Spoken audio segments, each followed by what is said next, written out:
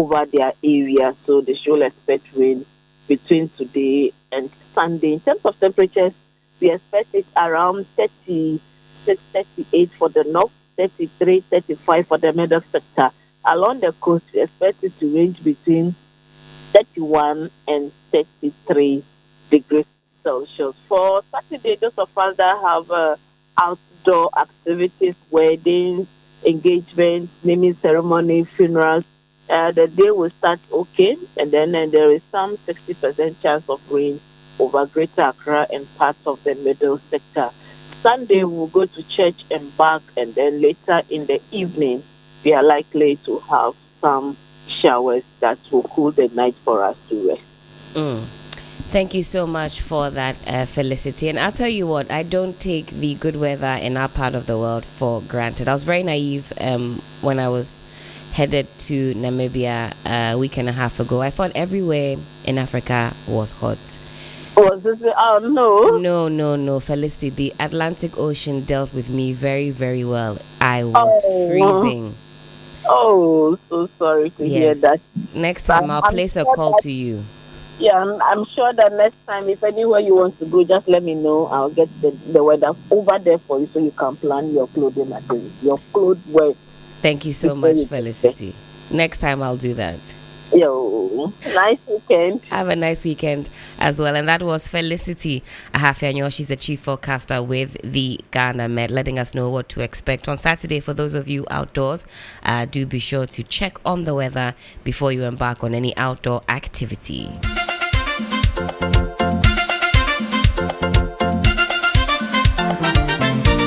FM 92.7. Sunrise on 3FM.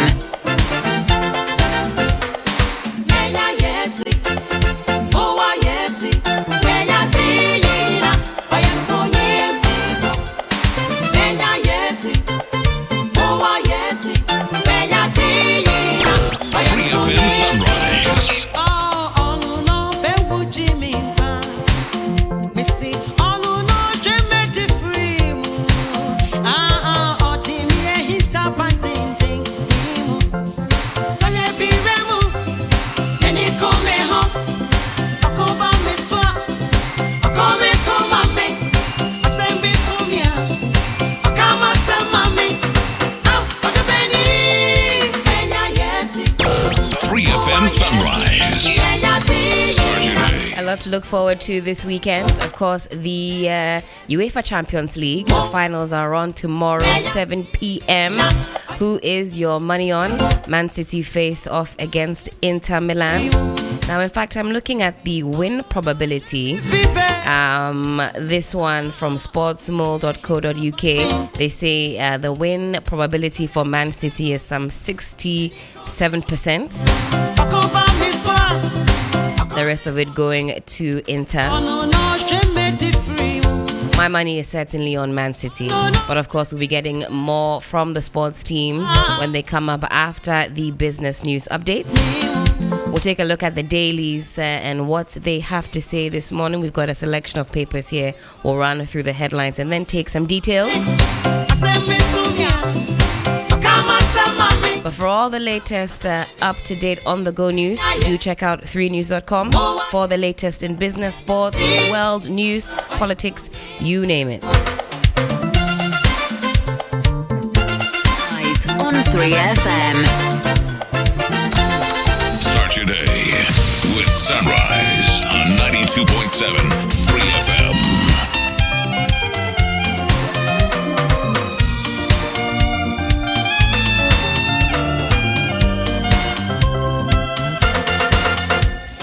Tone down your youthful exuberance. Professor Jampo cautions the special prosecutor. That story captured on 3news.com. So do check out 3news.com.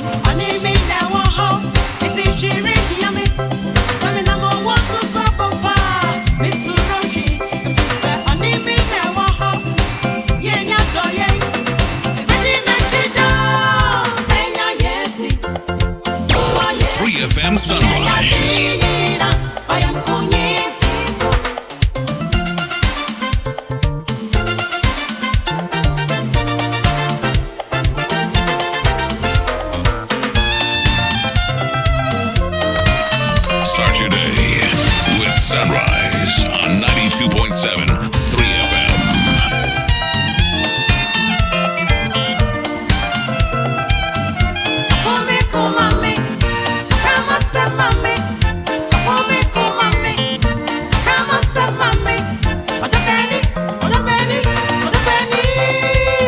right, straight on to the headlines.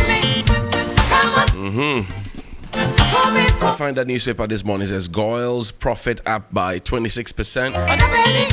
That's some 123.89 million Ghana cedis. EcoBank unveils single market trade hub to boost intra-African trade. Also, succession codification is key to resolving chieftaincy disputes. Asamoah Boateng's minister. 24.39 million trees survived in 2 years. Another 10 million to be planted today under the Green Ghana Day. A land campaign launches fundraising app. The Ghanaian Times says GRA 5 others plot to fight corruption, to enhance revenue mobilization, facilitate trading, customs operations, also respect rights of prison inmates.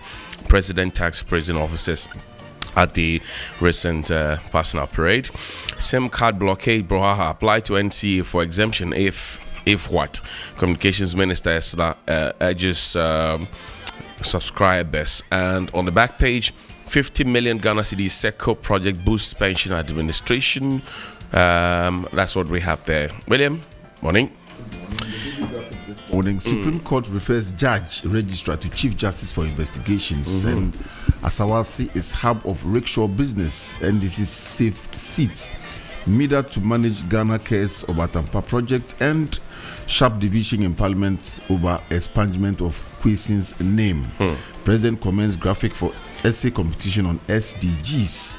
On the back of the Daily Graphic this morning, Goil begins bitumen production locally, and free anthrax vaccination extended to cover Upper East region.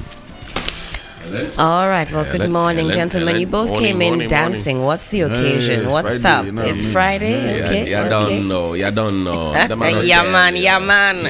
Very exuberant start to the morning. But the Republic Press this morning has this to say: Frimpong Boateng calls government's bluff, rubbishes threat of prosecution. You've heard all of the sound bites. He says he's ready for all of the lawsuits. Cases, yes. Bagbing wades into Judge Kwesi controversy, talking about his name being expunged and whose task that is. Mother arrested for abusing 4-year-old. We'll get into that. And Ghanaian man commits suicide after shooting his wife in the US. That story is also captured on the front page of the other newspapers. Push for implementation of 100 billion cedis Obatampa Cares program. Ekufado charges MIDA board. The Anchor newspaper: Ghanaian chief in America shoots wife, kills himself after partner allegedly threatens divorce. And that's the story that was also on the front page couldn't of stand the press. it. But what a way to react. What a way to react. And these what we call romance murder suicides, we've been hearing a lot of them. Not cool. Not cool at all. Maybe one of the Fridays we can talk about the psychology behind the breakdown of romantic relationships and how they affect different people. We're hearing a lot of the males committing these male suicides. Is there extra support that the men are required? Do they need to speak up more, talk about what they are going through in their relationships and not keep it bottled up? Maybe we can spend some time exploring that topic. Absolutely. Charles Bisu in fresh trouble as it? Special prosecutor secures court order for his arrest. Interestingly, if you check out freenews.com, Professor Jampo is telling the special prosecutor to tame his youthful exuberance. Now, Orashia Obeti. Oh, quite interesting thoughts on that one. We'll talk about that some more. And Duka pushes for Mineral Revenue Management Act. Okay, let's start from page 4 of the Ghanaian Times that says that applied to NCA for exemption if Communications Minister urges affected subscribers. It's a story by Julius Yao Petechi.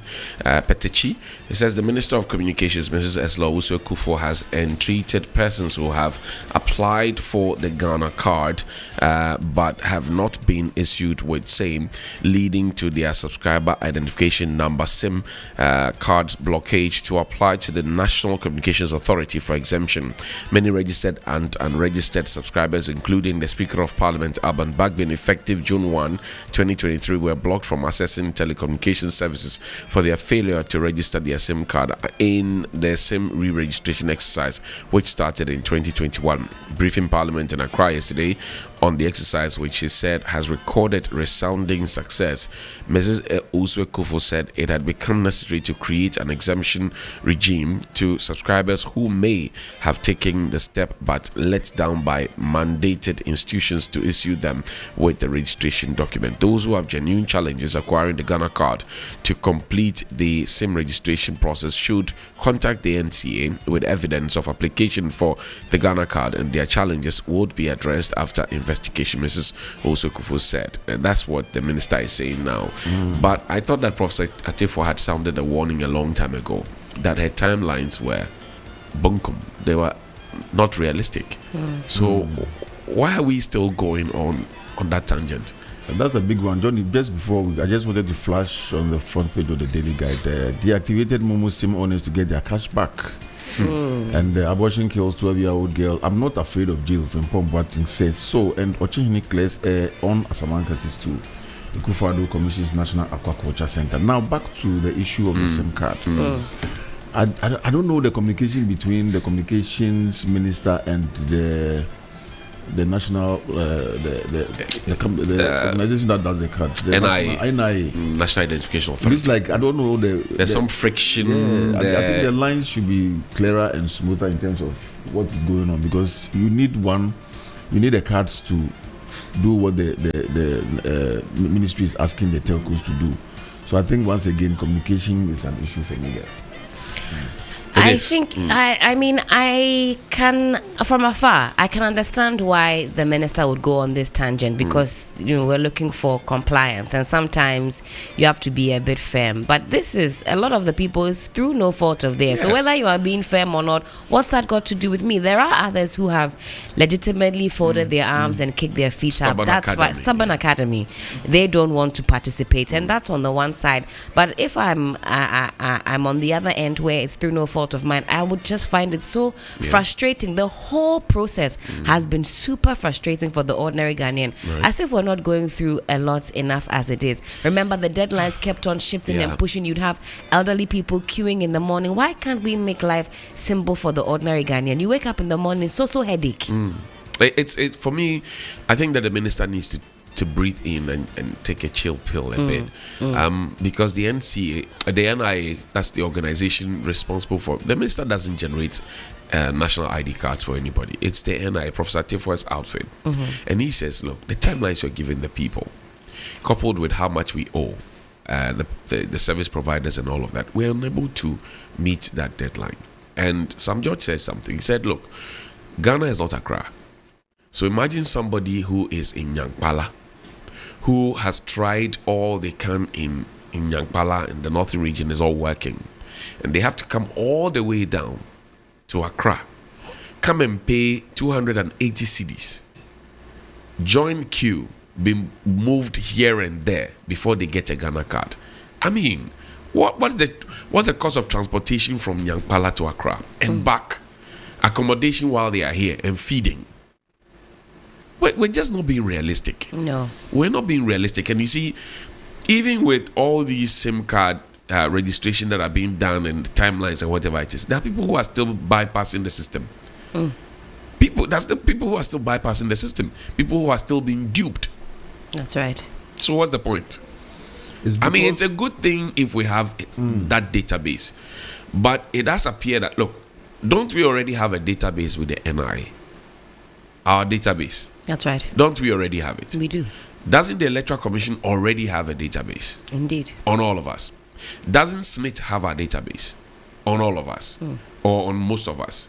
So why can't we synchronize it? I mean, because it doesn't make sense if I already have done my biometric with SNIT, I've done my biometric with National Health Insurance Authority, I've done my biometric with my DVLA, I've done my biometric with Electoral Commission, and it is just left for me to get a Ghana card. I have a passport, done my biometric, and because I don't have the Ghana card, it's difficult for you to register me.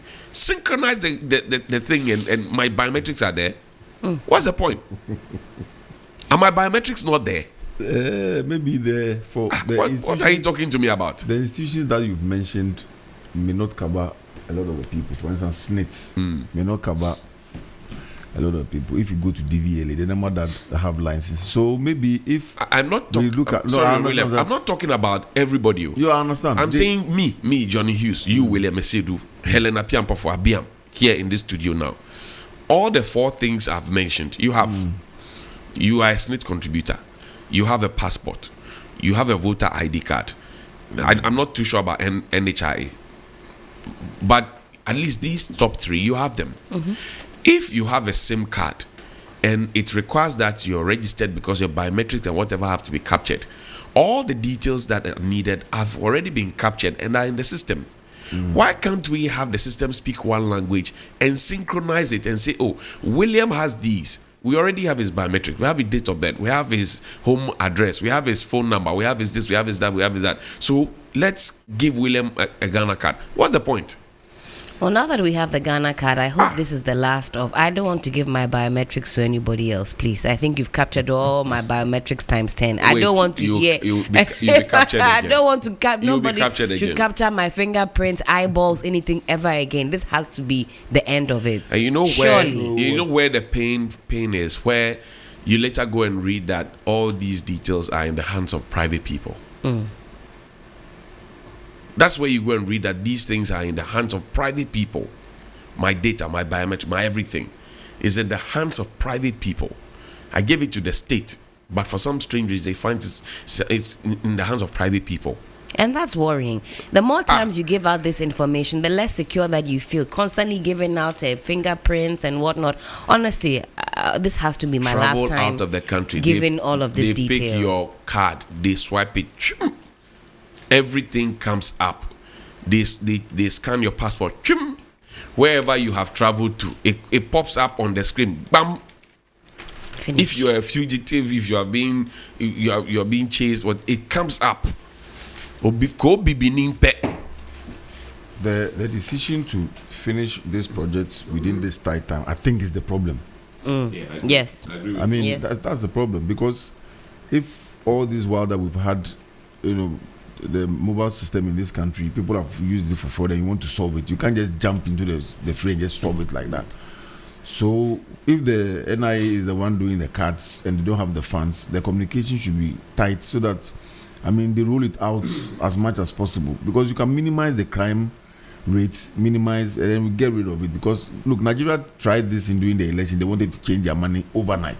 It caused a whole lot of problem for over 3 or 4 months. Yeah, the system was jammed. It doesn't work like that. True. Because Ghana, you sit here, the development hasn't gone across the whole 16 regions of this country. So we shouldn't assume that when we implement a certain policy and we have Accra, Takoradi, Kumasi, and those big cities in mind, it's going to work. Because for somebody even to see an office, maybe the whole year he hasn't even seen an office before. That's right. Where they live. So the assumption shouldn't be that Ghana is just the cities. So I think we should hasten slowly and reduce the frustration, because now people live on mobile phones. They do. People live on mobile phones. So there are some people, if they leave home, there's no way they can leave home without their phones. They have to go back home. People's businesses are on their phones. Correct. So we shouldn't take it as just for communication. It's for business, it's for relationships, it's for everything. So, but at least they're saying that the monies will be returned, I think, on the front page of one of the papers. Now you have to go through a certain process. And get your cash that back, is so frustrating. We know how when your money gets, look at the bondholders. Your own money, and you'll be. The point is that, so William made a very strong point that people now live on their phones. The last time, and I remember that each time you go and go back to Dr. Baumia promising that every Ghanaian will have a bank account, and you probe further, they tell you, but everybody now has a Momo account, so that is the bank account. But your man was yet to confirm. Yes, Paul Grave, and then now you are blocking the bank account, so you are depleting Dr. Baumia's supposed success and victory rate on that score. What is the rush? No, I think so that by the close of 2024, by election 2024, we have totally digitalized everything. You can't do it in one day. How many years did it take America to do that? America, how many years did it take them to do that? Even then, people still go through the system in the setting. You can't have a watertight system. By all means, there's somebody who will go through. That's right. But you're just frustrating people. So imagine if I have a grandmother who is in Asamankesi, and I sent her money every week. She couldn't register her SIM for no fault of hers because she doesn't have a Ghana card which has not been issued to her. I would then have to travel to Asamanka to go and give her the money, or she has to come and collect the money. If she needs the money for her drugs, I've blocked her. As far back as 2008, when I went to China, you couldn't own a SIM card without registering it. When they asked me to go and register it with my passport, I was asking, but Ghana, if you count the things by the rules, I want to do. Pick it and go away. So you should tell us that we are so far behind that we need to do it, but we cannot rush it the way we want to do it and catch up. Like it doesn't work like that. You know, technology has its own issues, and also we have our own issues as a country in terms of even accessibility to the offices that they are doing these things. So we should take all those things into consideration. You are sounding like the roads minister. We are far back. We have to hurry up and catch up. Hurry up. My God. 2008, they were registering SIMs in China. Yeah. Can and you now imagine? 2023, we are still struggling to register. Behind. We are far. We need to hurry up and catch up. Hurry up. Just look at it. It's a whole big joke. But It's a big joke. Yeah, we go get there. When the speaker's SIM is blocked, whom am I?